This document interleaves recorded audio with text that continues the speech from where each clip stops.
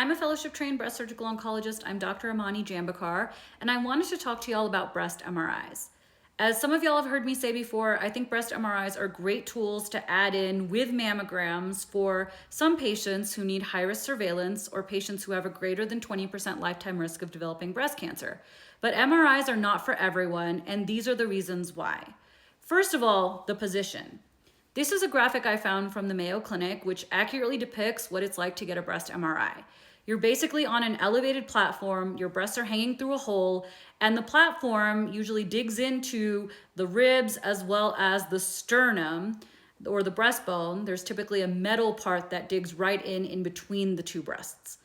It's not the most comfortable position, and raising your arms up over your head and keeping them in that position for more than 25 minutes can be really difficult for some people.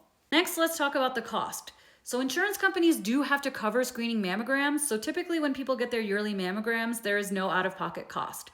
But that is not the case for MRIs. And if you have a higher deductible plan, then you may pay several $100s out of pocket every year when you get an MRI.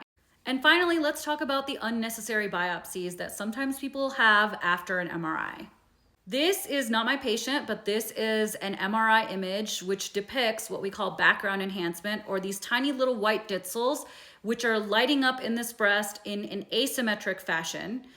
If this were my patient, I would guess that the radiologist would recommend getting another MRI in 6 months, and whatever still stood out to them in 6 months would probably end up needing a biopsy, and probably it would be an MRI biopsy, which is even more uncomfortable and painful than a mammogram or an ultrasound biopsy. And more than likely, those MRI biopsies would be benign or showing things that actually we didn't need to know about and that we don't need to remove from the breast at all. This is what we call false positives.